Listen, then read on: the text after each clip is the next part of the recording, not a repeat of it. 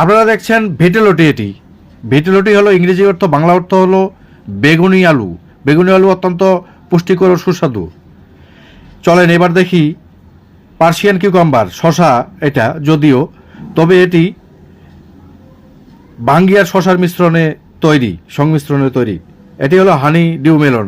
হানি মানে তো বোঝেনি, হানি মানে মধু, মানে মিষ্টি তরমুজ। অনিয়ন, পেঁয়াজ, দেখেন কি লাল টকটকে পেঁয়াজগুলো, ওয়াও, এবং অনেক বড় বড় পেঁয়াজ।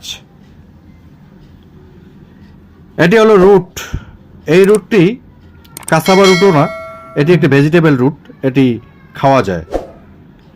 আর আমরা দেখব হলো তরমুজ। ওয়াও, তরমুজটা দেখেন একবার, কি পরিমাণে লাল টকটকে ভিতরে। সবাই ভালো থাকবেন, সুস্থ থাকবেন। ভিডিওটি দেখার জন্য সবাইকে ধন্যবাদ।